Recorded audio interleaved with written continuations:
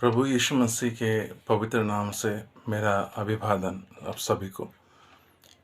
इन दिनों में चूँकि इन पर्सन मुलाकात हो पाना मुश्किल हो रहा है, तो मैंने समझा कि क्यों ना इस प्रकार से आपको वचन समझाया जाए।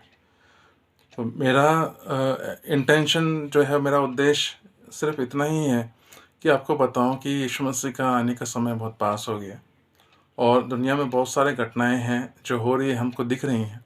और उसमें जो है हमें घबराना नहीं है, हमारे जाने का समय पास आ गया। लेकिन घटनाओं का एक प्रकार है और उसको मैं आपके सामने 2 मिनट के अंदर रखना चाहता हूँ। ये दूसरा थिस्सलुनीकि उसका दूसरा अध्याय का 10वां वचन है, मेरे हाथ में बाइबल में पढ़ रहा हूँ।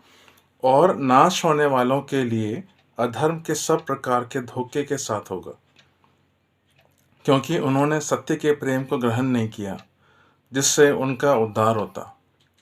इस वचन के अंदर हम देखते हैं कि लोग ऐसे हैं जिन्होंने सच्चाई को पसंद नहीं किया। आज भी दुनिया के अंदर ऐसे हैं जो आप सच्चाई बोलने के लिए जाओगे तो आपसे वो बहुत सारे तर्क वितर्क करेंगे।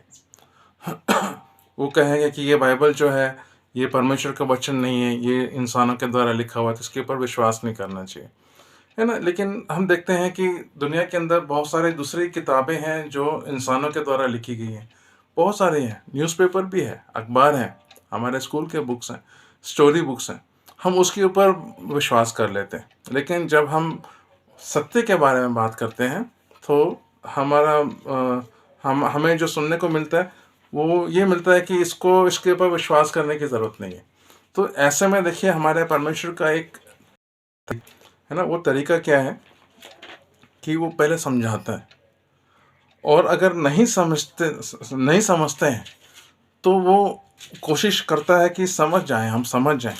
और उसके बाद में नहीं समझते हैं, इसका मतलब ये होता है कि हम समझना नहीं चाहते, है ना। ये हम समझना नहीं चाहते। अगर मैं अपने आँखों को बंद करके लेट जाऊं और मैं ऐसा बताऊं, मैं ढोंग करूं, नाटक करूं कि मैं सो रहा हूं, तो आप मुझे उठा नहीं सकते। लेकिन अगर मैं वाकई सो रहा हूँ तो आप मुझे उठाओगे तो मैं उठ जाऊंगा, है ना।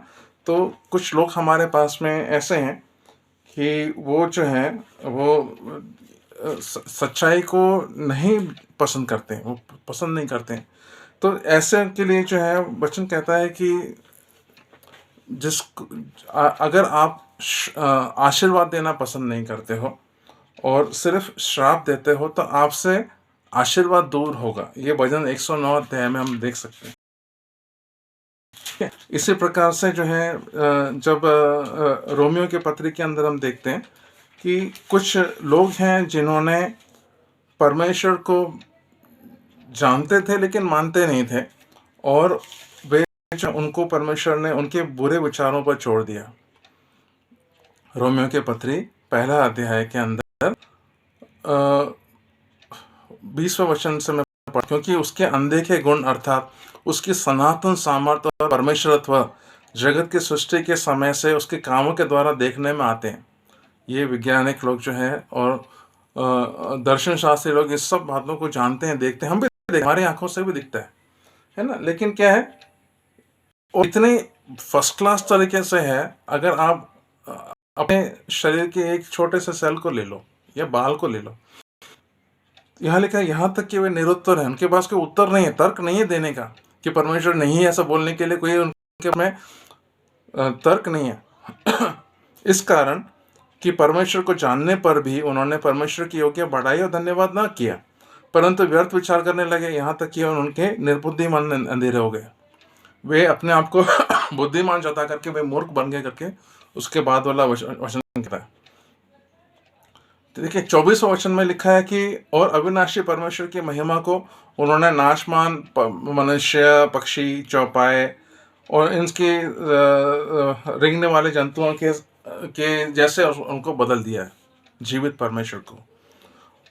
और 24वें वचन में इस कारण परमेश्वर ने उनको उनकी मन की अभिलाषाओं के अनुसार अशुद्धता के लिए छोड़ दिया। ठीक है, तो परमेश्वर ने कोशिश नहीं की, ऐसा नहीं है, सब दिखाया, लेकिन उसके बाद में जब नहीं माने तो उनको जो है उनको उनके मन के ऊपर छोड़ दिया। और ऐसे छूटे हुए लोग इस संसार के अंदर बहुत सारे हैं, करोड़ों में हैं।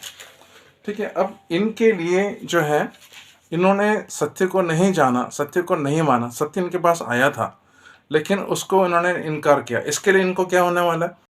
अनुसार इनका जो नाश है, दूसरा थिस्सलुनीके दूसरा अध्याय 10वां वचन हम जो हमने पहले पढ़ा है, यहाँ लिखा है कि सब प्रकार के धोखे के साथ होगा, है ना।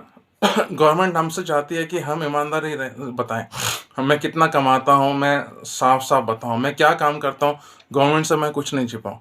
लेकिन बहुत सारे चीज़ें हमारे देखने में जो है, पिछले 1-1.5 साल के अंदर खास करके बहुत सारी चीज़ें ऐसी है जो है उसमें झूठ झूठ झूठ, और झूठ को अगर 1000 बार बोल दो तो आदमी उसको खुद सच होकर के विश्वास करने लगता है।